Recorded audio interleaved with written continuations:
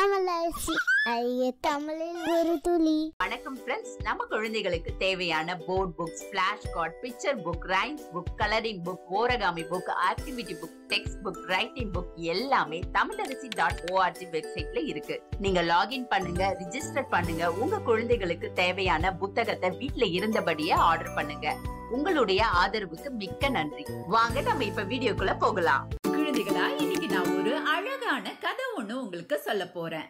ஒரு அழகான காட்டுல பெரிய சிங்கம் ஒண்ணு இருந்ததாம்.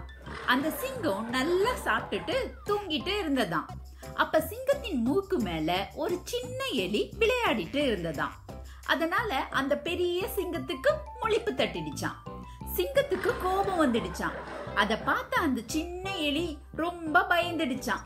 சிங்கமே சிங்கமே, என்ன ஒண்ணும் செய்யாத, என்ன விட்டுரு, என்ன மன்னிச்சிடு, நான் என்னைக்காவது ஒரு நாள் உனக்கு உதவி செய்வேன் அப்படின்னு சொல்லிச்சான். இத கேட்ட அந்த பெரிய சிங்கத்துக்கு சிரிப்பு வந்துச்சான். இந்த சின்ன எலி நமக்கு என்ன உதவி செய்யும் அப்படின்னு நினைச்சு ஆச்சரியமும் பட்டுச்சான். சரி போ அப்படின்னு சொல்லி சிங்கம் எலிய விட்டுடுச்சான். ஒரு நாள் சிங்கம் வேடம் விரிச்ச வலையில மாட்டிக்கிச்சான். சிங்கம் காடே அதற மாதிரி கர்ஜித்ததான். இத கேட்ட எலி சிங்கத்துக்கு உதவி செய்ய ஓடி வந்துச்சான். அந்த வலையை கடிச்சு சிங்கத்தை காப்பாத்திச்சான். அப்பதான் அந்த பெரிய சிங்கத்துக்கு புரிஞ்சதான், சின்ன நண்பர்களால கூட பெரிய விஷயத்த பண்ண முடியும் அப்படின்னு தெரிஞ்சுக்கிச்சான். பிறகு சிங்கமும் எலியும் ஒரு நல்ல நண்பர்களா இருந்தாங்களாம். குழந்தைகளா, இந்த கதையின் மூலமா நீங்க தெரிந்து கொள்ள வேண்டிய முக்கியமான பாடம் என்ன? சின்ன குழந்தைகளா நீங்க இருந்தாலும் பெரிய விஷயத்த சாதிக்க முடியும் அப்படிங்கிறது தான் இந்த கதையின் மூலமா நீங்க தெரிந்து கொள்ள வேண்டிய முக்கியமான பாடம். அடுத்த நல்ல கதையில நான் உங்களை சந்திக்கிறேன். நன்றி.